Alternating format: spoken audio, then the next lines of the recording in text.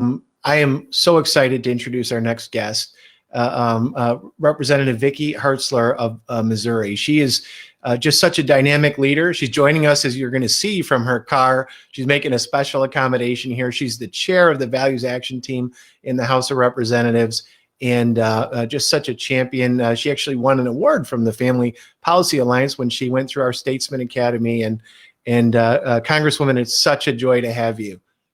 Oh, it's just so good to be here. And I just appreciate so much you holding this event. And I want to thank everybody who is watching and helping to expose the realities, the terrible detrimental impacts of Equality Act. Of course, they name it something that sounds wonderful, but it's anything but provides equality. I call it inequality, if anything. It's going to take away rights from parents. It's going to hurt women. It's going to hurt children. And it's a threat to our religious liberties.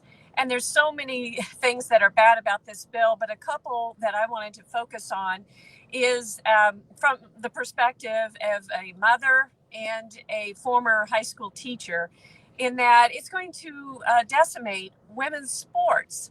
And we're already seeing impacts of this around the country from other states or associations that have allowed transgender males to participate in women's sports. In Connecticut, we have two brave girls that have sued because in Connecticut, the Athletic Association allowed for some biological males who identify as female to compete in track and field events. And that's what I used to compete in as well in high school. And I was a track coach for 6 years.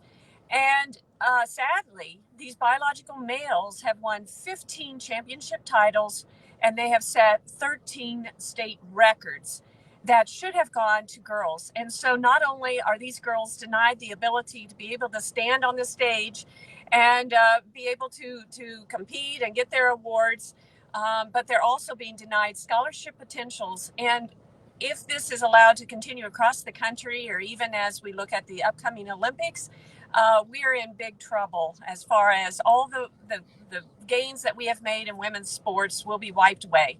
And so we've got to stand up and stop this right now. And then from a mother's perspective, this is a very real threat to parental rights. My heart breaks for an Ohio couple who had their custody taken away by a judge of their daughter because their daughter was experiencing gender dysphoria, and she wanted to have a sex change operation. And these parents loved her, and they said, no, we're not going to approve you having a mastectomy and going through this process. And so they were taken to court, and the judge took away custody from them and gave it to the grandmother who supported this surgery. And so now this girl's having her body changed permanently,